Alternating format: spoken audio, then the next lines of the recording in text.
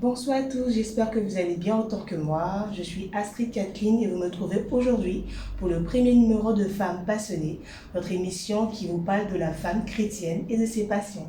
Notre invitée du jour se nomme Kwadjo Missou Trifen. Elle est commerciale dans une boîte immobilière et aussi elle est passionnée de commerce. Donc, sans plus tarder, nous allons lui donner la parole afin qu'elle se présente et qu'elle nous donne son parcours. Donc, bonsoir Trifen, comment vous allez? Bonsoir Astrid, je vais bien. Merci. Donc, nous sommes vraiment contents de vous avoir sur notre plateau aujourd'hui. Donc, présentez-vous et parlez-nous un peu de votre parcours. Merci d'abord de m'avoir invité. C'est un honneur pour moi.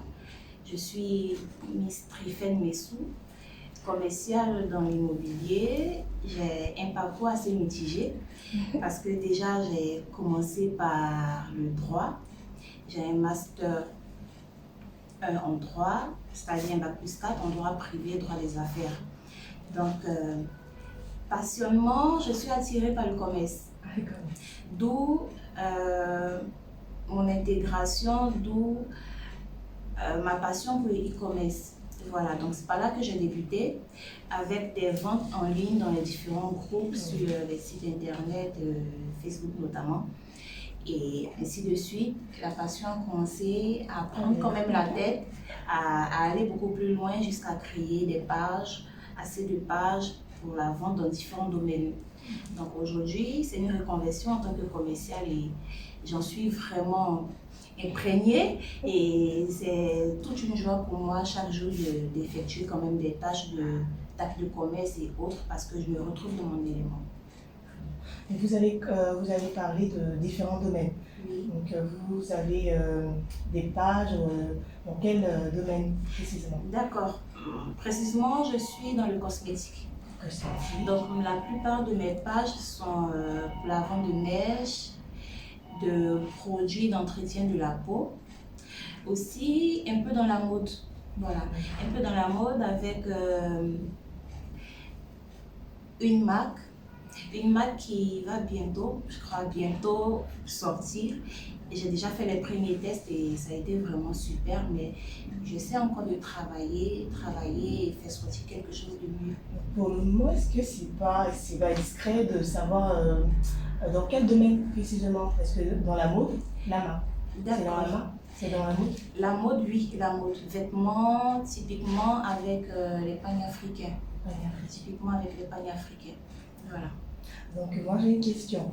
Comment votre décision a été acceptée ou encore considérée par vos proches, votre famille, vu qu'à la base vous avez un master, c'est bien cela, en droit des affaires privées et se convertir comme ça dans le commerce. Comment les parents, les proches ont-ils apprécié ce choix?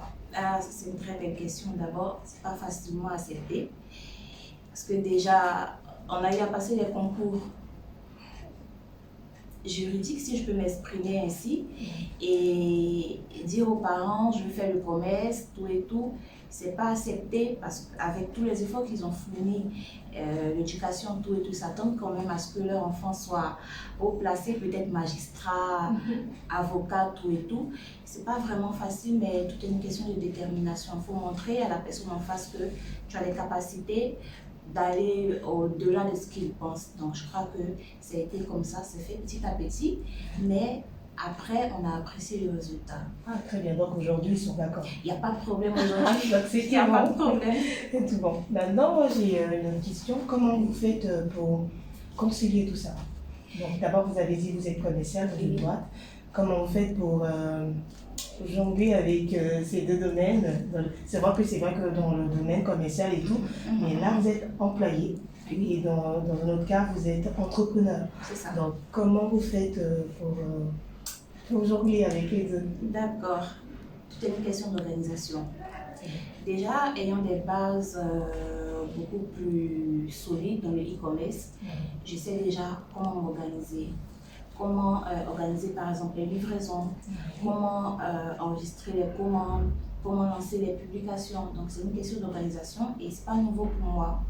Donc ce serait quand même compliqué si j'étais une débutante parce que quand même depuis 2016 je suis dans le domaine de l'e-commerce.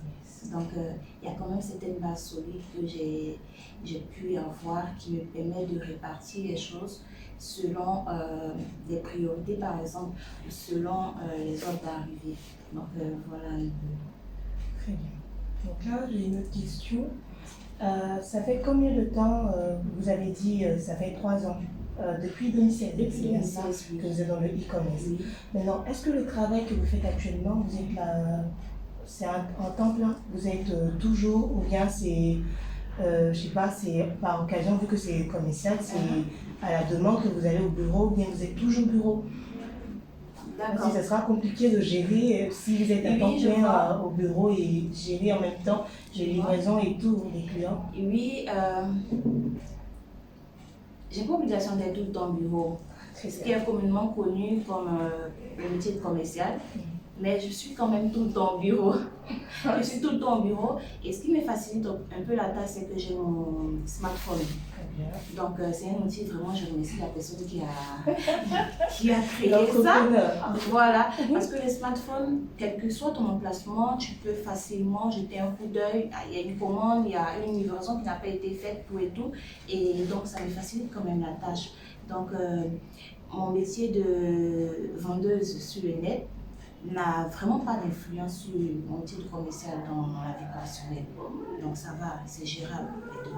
Donc si je comprends bien, vous avez commencé d'abord en tant que vendeuse, commerçante et tout ça, avant de commencer à travailler. Oui.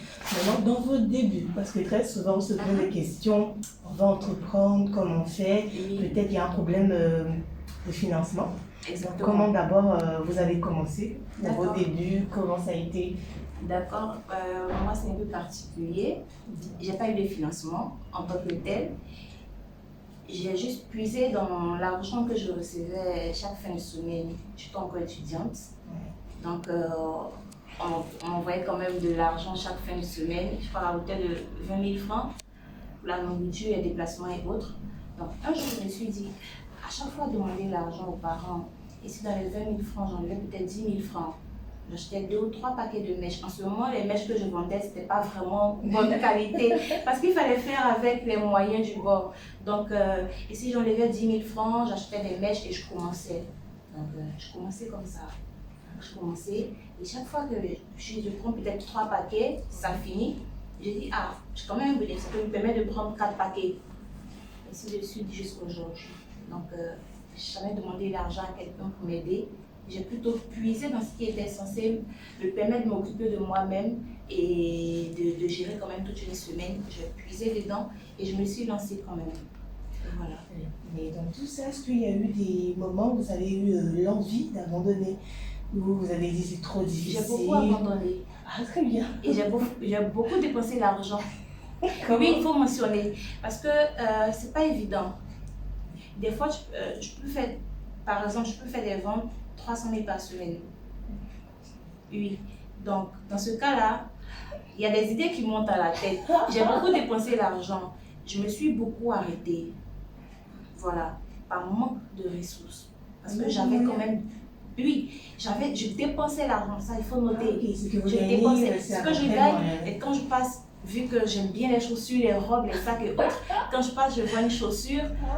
Bon, si j'enlevais 15 000 francs, ça fait rien. Ça fait rien, on peut. Ça fait plaisir. Après, si j'ai vendu, j'ai mis 10 000 francs de bénéfices, je peux rattraper.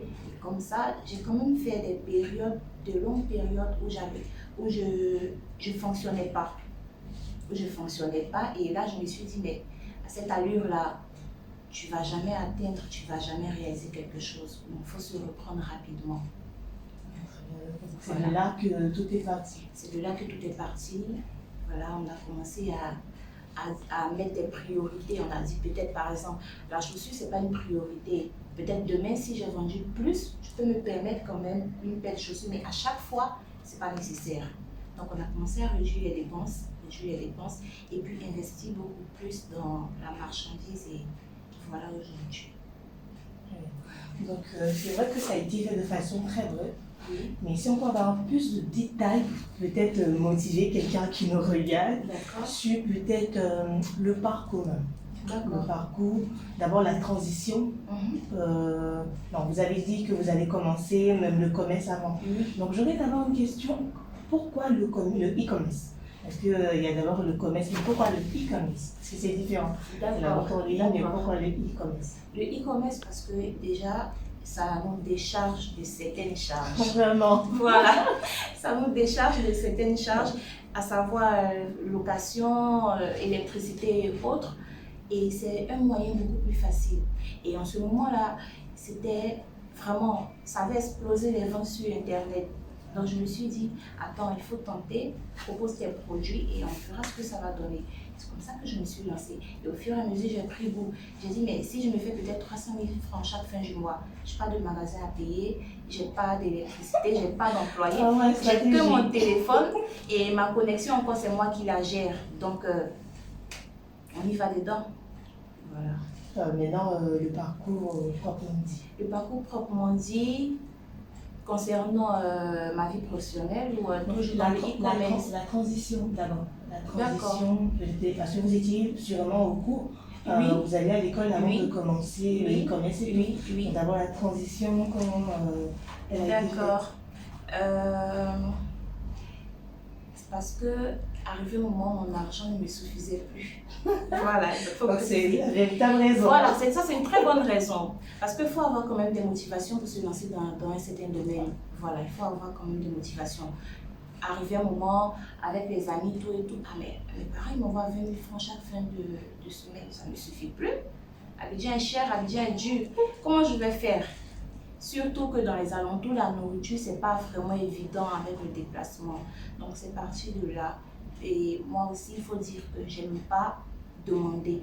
J'aime pas tendre la main. Je me dis qu'il existe toutefois un moyen de se faire de l'argent, un moyen de rapporter quelque chose au bien qu'on possède déjà. Donc moi, directement, le commerce, parce que déjà, quand j'étais au CM2, CM1, pour avoir déjà l'argent de, comme on le dit, de la récréation, il fallait déjà vendre samedi, dimanche au marché. Avec maman? Avec maman. Donc elle faisait des jus. Donc chacune avait sa glacière. Voilà. Donc il fallait charger, et c'est pas chic, il fallait charger une glacière qui contenait des jus de au moins 3 000 francs et attacher 25 francs. Imaginez, c'est formé. Donc le poids. Donc le poids, il faut aller au marché, les jours de marché. On va vendre. Et si toi tu as mangé toute ta glacière, quand même, on va enlever peut-être 150 francs ou bien 100 francs pour dire voilà, lundi tu peux aller à l'école avec. Donc ça m'a déjà formé. Je sais que quand tu fournis un effort, il y a une récompense. C'est comme ça que c'est parti. Donc le commerce, on va dire, c'est pas maintenant. Ma maman, ma mère m'a formée et elle m'a laissé comme ça. C'est moi maintenant que je suis repartie aux sources pour dire j'ai déjà fait, je le peux. Donc pourquoi ne pas, vu que les domaines changent maintenant, pourquoi ne pas aller peut-être dans le domaine de la cosmétique, vu que c'est un domaine qui ne chôme pas. Il faut être clair. À tout moment, on a besoin de mèches, à tout moment, on a besoin de produits cosmétiques. Donc, pourquoi ne pas s'orienter vers là et commencer à voir ce que ça donne. Donc, voilà un peu. On m'a dit, j'ai ça dans le sang, parce que j'ai grandi avec. Ce qui fait qu'aujourd'hui, ça ne me gêne vraiment pas de dire oui, je suis commerçante. Voilà. Maintenant, par la suite, c'est vrai qu'à la base, c'était plus pour avoir de quoi arrondir les semaines. Voilà. Maintenant, est-ce qu'après, vous avez songé à faire des formations, peut-être pour en savoir un peu plus sur les e-commerce, pour savoir comment les différents coûts, comment ça marche? Est-ce que par la suite, vous avez eu à vous former d'abord concernant les e-commerce? Non. Donc, c'est fait de façon... C'est fait de façon naturelle. Et quand j'ai des doutes, j'ai des questions, je vais me documenter tout et tout. Donc c'est fait de façon naturelle, vu que j'ai été déjà formée à vendre déjà petite. Donc c'est fait naturellement. Je n'ai jamais appris comment est-ce que publier sur Facebook par exemple, comment créer une page. Je vais dans l'onglet, je vois, ah, il y a une possibilité de créer une page. J'étends, je vois ce qu'on me propose. Si pour un test d'essai, je mets n'importe quoi, je vois que ça fonctionne réellement. Et là, je vais réfléchir. Quelle page je peux créer qui peut me rapporter quand même quelque chose. Et c'est comme ça que c'est parti. On ne m'a jamais coaché, jamais demandé à ce que je prenne le coach, non.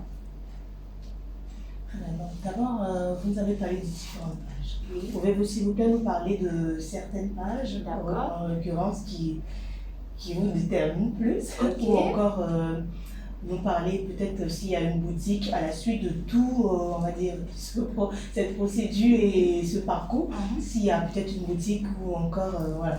D'accord, donc les pages, il y a Paradis des Mèches. Paradis des Mèches. Oui, Paradis des Mèches a plus de 2000 abonnés. Oui. Donc ça se fait progressivement. Il y a un groupe que j'ai créé dernièrement et l'histoire est très intéressante. Ah, parce que le groupe, je l'ai créé il y a moins d'1 an et je suis à 50 000 abonnés. 50 000. Oui. Il y a moins d'1 an, à peine 5 mois. Je me dis, pas plus de 5 mois, je suis à 50 000 abonnés dans le groupe. Voilà. La braderie spéciale mèche. Donc, voilà. Donc là, l'histoire elle est un peu comique parce qu'il y avait un groupe qui avait été créé et il s'agissait de vendre à moindre coût les articles qu'on n'utilisait plus. Du coup, moi, j'avais encore un stock de mèches. J'ai dit, bon, dans tous les cas, je ne paie rien tant que je récupère mon argent. Et avec la Covid et autres, ça ne sortait pas vraiment. Donc, je suis allée dans ce groupe-là. J'ai fait, là-bas, tu n'as pas possibilité de poster plusieurs fois le même article. On s'est dit que c'est une vente que tu es en train de faire. On m'interdit la vente là-bas. Voilà. Donc, j'ai posté une fois. J'ai vu que les dames, elles étaient vraiment intéressées à un vraiment bon prix. J'ai posté une deuxième fois. Elles étaient encore intéressées, même la concernée, celle qui a créé le groupe, m'a une fois contactée pour prendre des articles avec moi.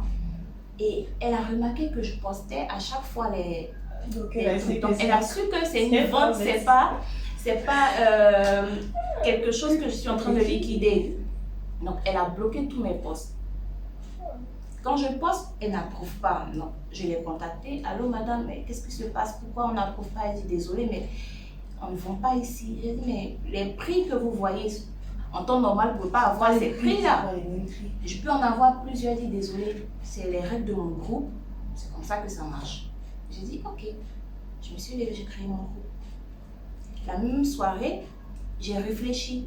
J'ai dit, mais de son côté, elle permet de brader certaines choses. Moi, de mon côté, je leur permets de brader et de vendre celles vraiment qui ont besoin de ressources en fonction de la valeur de leur article. Et j'ai créé le groupe. Donc, comme quoi, un refus ne doit pas forcément vous rendre triste. Ça doit faire réfléchir à comment aller au-delà de ce qu'elle a. On m'a refusé et comment acquérir quand même certaines choses. Donc voilà comment ça a été créé. Aujourd'hui, je crois que ça fait quand même son bout de chemin et il y a beaucoup de personnes qui sont quand même satisfaites des prestations qu'on offre là-bas et c'est en toute convivialité. Et voilà. La boutique Oui, j'ai eu la possibilité et l'opportunité d'avoir une boutique, voilà, qui est, on va dire, différents domaines, esthétiques et cosmétiques, soins de visage, cheveux et autres. Donc, ça existe. Voilà. C'est une fierté parce qu'il faut savoir saisir les opportunités. Il y a d'autres encore qui sont en cours. Il y a d'autres encore beaucoup plus accentués sur des produits bien précis. Voilà. Donc, si on va dire les mèches, spécialement mèches, si esthétique, et il n'y a pas de mélange. Donc, c'est encore un projet et on prie Dieu qui nous donne vraiment la sagesse de faire le bon choix. Dieu fera grâce. Très bien, donc on va passer à une autre étape. Donc ici, dites-nous, comment vous faites pour concilier votre vie en tant que chrétienne et votre vie professionnelle? D'accord. Déjà, c'est la base. Hein. Avant de s'engager, il faut quand même consulter Dieu. Donc, je sais que tout ce qui découle a déjà été approuvé par Dieu. Et il faut quand même, avant de faire chaque choix et prendre chaque décision, prier, demander à Dieu de nous orienter, surtout la sagesse. Parce qu'on est des fois confronté à différents types de personnes en fait. Devant, il y a des personnes qui sont vraiment nerveuses, des clientes qui peuvent vraiment te prendre la tête. Donc, il faut avoir quand même assez de sagesse et de tempérance pour pouvoir gérer certaines choses. Donc, avec ma vie chrétienne, il y a pas de fossé. C'est relié. C'est relié parce que j'ai la conviction que c'est ce qui me permettra de m'affirmer, c'est ce qui me permettra de m'en sortir, comme on le dit. Donc, c'est une connexion, c'est déjà connecté à ma vie chrétienne et il n'y a vraiment pas de difficulté à ce niveau-là. Donc, très souvent aussi, lorsque nous sommes pris, nous sommes beaucoup occupés parce que vous, comme ça, dans votre cas, vous êtes commercial, donc vous devez travailler et donner de bons résultats dans votre entreprise et en même temps gérer votre entreprise aussi, on va dire ça comme ça, parce qu'on espère que ça grandisse très vite. Donc, comment vous faites? Parce que souvent, quand on est trop occupé, ou d'autres, hein, bon, j'ai eu quelques avis, on se perd par moments, on s'oublie. Souvent, on arrive à peine même à prier, on arrive à peine même les dimanches. S'il y a peut-être une livraison, on est même capable de laisser le culte ou encore la messe pour aller faire ces livraisons-là. Donc, comment vous trouvez le juste milieu pour ne pas qu'il y ait un problème, Effectivement, ça arrive de ne pas prier avant de dormir. Parce que fatigué, oui. Je ne suis pas parfaite. Un chrétien n'est pas parfait, ça n'existe pas. Il y a des manquements, il y a des trucs qu'on oublie de faire. Et moi, je l'affirme devant tout le monde, ça arrive des fois, tu es fatigué, tu rentres, tu te lèves, tu dors. Ah bon, oui, je vais prier.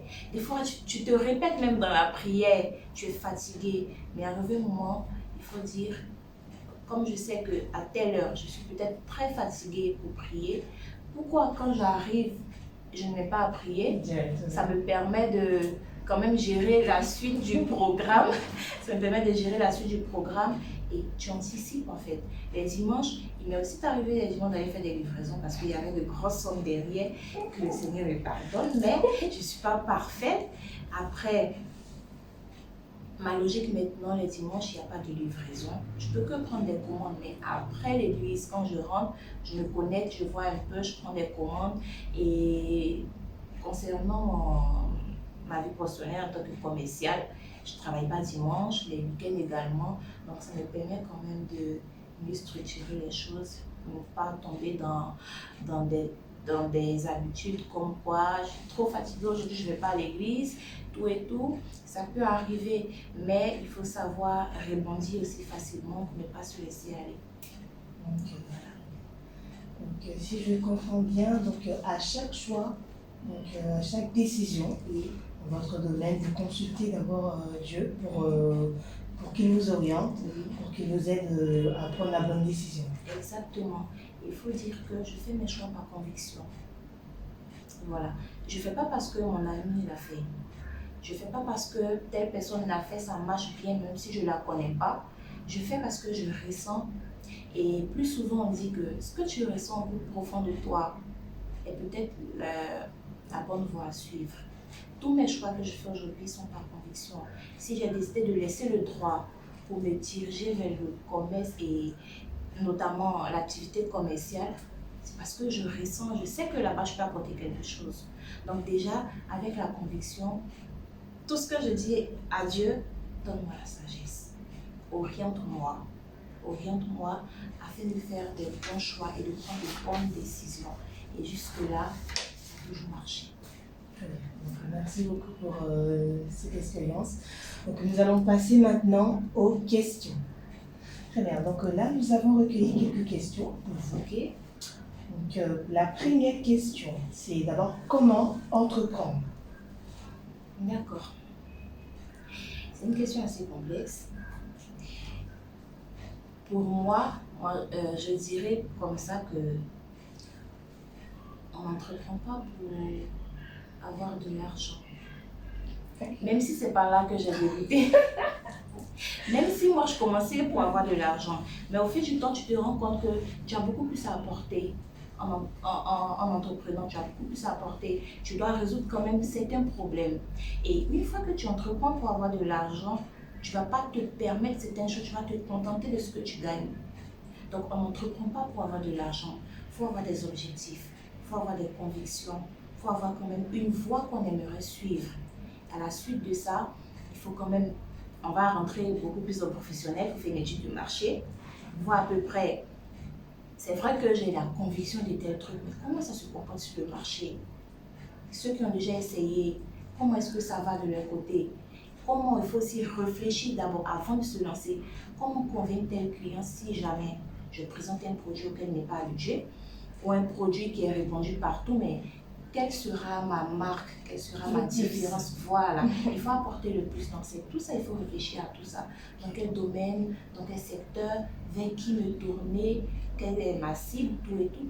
Donc, c'est un travail d'abord à faire avant de dire, ok, je me lance, parce qu'il y a beaucoup d'embûches. Voilà, on peut se lancer par exemple dans un truc et on arrive sur le marché, on voit que vraiment, ça roule pas, tu fais comment? Tu es découragé.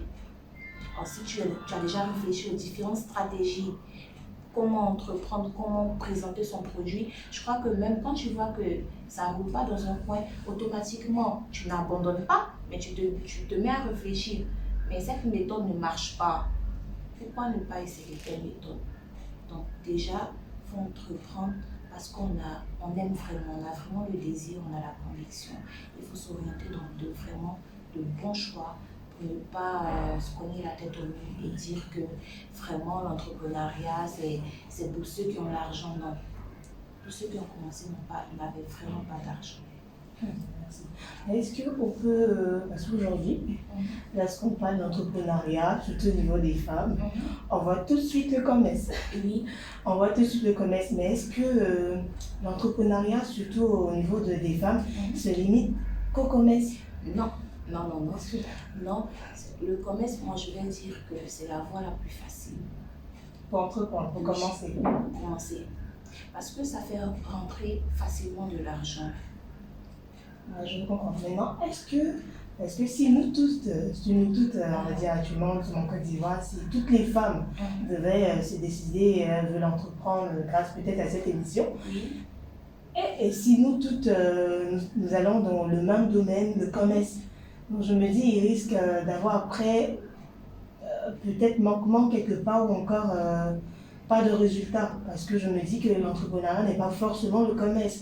S'il y a tellement de domaines aujourd'hui où on peut entreprendre, où il y a des besoins réels, donc j'ai besoin de votre avis concernant cela. D'accord. À ce niveau-là, il faut dire que le commerce on va dire, c'est une appellation, ça regroupe plusieurs sous-groupes, plusieurs domaines. Donc, on ne peut jamais arriver à un stade où ce soit vraiment saturé, où on se retrouve tout à faire le commerce. Une entreprise, c'est un commerce qu'il fait, puisqu'il propose un service. En échange, qu'est-ce qu'on donne? De l'argent. C'est un commerce. Donc, le commerce est large. C'est une appellation qu'on donne pour dire peut-être qu'on fait quelque chose pour avoir de l'argent aussi facilement et on a directement orienté ça vers des activités commerciales beaucoup plus rapides. Donc, où on est en contact facilement avec le client et comme on le dit, un grip c'est de là à là, on ne va pas loin. Voilà, il n'y a pas 2 mois, 3 mois, chèque à signer, tout et tout. On a préféré appeler ça je fais du commerce. Sinon, tout est commercial. Tout est commercial. Il faut savoir dans quel domaine tu peux exceller, tu peux apporter une solution et te lancer. Voilà. Donc, nous allons passer à la prochaine question qui est comment savoir dans quel domaine s'orienter lorsqu'on veut entreprendre? Comment savoir? Donc ça rejoint un peu la première. Oui. Et comment savoir dans quel domaine s'orienter? Est-ce que c'est parce que mon ami fait le commerce, que je dois aussi le commerce, ou peut-être ma passion, ou encore par envie? Je ne sais pas. La question est d'accord. Moi, je dirais tout simplement que c'est pas conviction. C'est pas conviction, on ne se lève pas pour faire ce qu'on veut. C'est pas conviction. Moi, je ne peux pas me lever pour dire aujourd'hui, je vais être mannequin. J'y ai jamais pensé. Généralement, ce qu'on reproduit, on l'a pensé, on l'a analysé, on l'a nourri avant de mettre sur pied. Donc, en toute chose, c'est la conviction. Ayez la conviction de ce que vous voulez entreprendre. Réfléchissez bien. Peut-être que la conviction peut ne pas cadrer avec votre état actuel. À vous d'associer les deux pour que tout cadre. Donc moi, je dirais simplement la conviction. Je ne peux pas aller au-delà parce que c'est ce qui est plus important. Très bien, merci beaucoup. Donc, la prochaine question nous vient de Claudine. Elle nous dit « Je suis chrétienne, je suis passionnée de mode. mes proches s'opposent à mon choix. Donc, elle est passionnée de mode, mais en tant que chrétienne, ses parents, ses proches et ses parents et tout s'opposent à son choix. Donc elle a besoin d'aide, elle a besoin qu'on l'éclaire un peu. Donc vous avez des éléments de réponse. D'accord. Donc à Claudine, j'aimerais d'abord dire que si elle le ressent vraiment, qu'elle ne laisse personne être un frein à ce qu'elle aimerait faire. Ça, c'est un premier temps. Dans un deuxième temps, pourquoi les parents s'opposent? Dans quel domaine de l'amour elle aimerait s'orienter? Il y a ça aussi qui peut poser problème. En tant que chrétienne, c'est vrai que on me dit chrétienne, oui, quand tu fais un petit truc, ah mais elle est chrétienne, elle fait ceci, elle fait cela, mais nous sommes des humains. Comme on le dit, la vraie relation avec Dieu, c'est de nous à Dieu. Ce que les hommes pensent, c'est peut-être important, mais nous savons ce que nous faisons avec Dieu, ce que nous disons avec Dieu. Et être dans l'amour et être chrétien, il n'y a vraiment pas d'obstacle à cela. Il faut juste savoir s'orienter. Il faut savoir faire des trucs qui ne vont pas peut-être ne pas être conforme avec ce que la parole de Dieu te dit, par exemple. Donc tu es dans la mode et tu crées des vêtements vraiment qui sont vraiment pas osés. Voilà, qui sont peut-être très osés ou qui ne sont pas adaptés à ta situation, à ta personnalité, tout et tout. Même, je crois, dans la mode, on peut exceller en étant chrétienne. Mais il faut d'abord très bien s'orienter, savoir dans quel domaine aller. Et je crois qu'à partir de là, il n'y a pas de problème. Donc, qu'elle croit vraiment ce qu'elle fait, qu'elle montre à ses parents qui s'opposent que oui, j'ai du potentiel, je peux aller au-delà de ça et je vais vous le prouver. Au fur et à mesure, elle verra qu'elle sera acceptée par ses parents. En tout cas, merci pour votre intervention. Au niveau des questions, ça sera tout pour aujourd'hui. Merci. Donc, vraiment, merci beaucoup de nous avoir honoré de votre présence. Et vous avez un mot de fin pour nous, s'il vous plaît. Avez-vous un mot de fin pour ces personnes qui nous regardent, qui peut-être ont besoin de motivation, une parole, une phrase pour juste reprendre les choses? Qu'est-ce que vous pouvez nous donner comme conseil? Comme conseil, je dirais tout simplement, croyez en vous. Très bien. Croyez en vous, ayez la conviction dans toute chose. C'est très important la conviction. Ça nous permet de nous surpasser. Quels que soient les propos des autres, quand tu es convaincu de quelque chose, il n'y a rien de tel, rien ne peut t'empêcher. Et surtout, restez en communion avec Dieu. Mettez Dieu au centre de tout ce que vous faites. Mettez Dieu devant avant de prendre toute décision. Demandez à Dieu, comme on le dit, c'est très facile. Posez-lui simplement la question. Demandez à Dieu et chaque jour qui passe, recommandez vos activités entre les mains de Dieu. Il n'y a rien de tel. Vous verrez que même s'il y aura des obstacles, vous arriverez très facilement à les surpasser. Donc voilà ce que je pourrais dire. Merci beaucoup. Merci à vous. Stéphane, de nous avoir honoré de votre présence. Ça a été vraiment un réel plaisir. Moi, en tout cas, j'ai beaucoup appris. Et j'espère que vous aussi, chez vous, vous avez appris de belles choses. Donc, merci beaucoup. Merci. Et merci à vous de nous avoir suivis. C'était Astrid Catherine de Femmes Passionnées. Et je vous dis à très bientôt. Bonne soirée à vous. À très bientôt. Bye bye.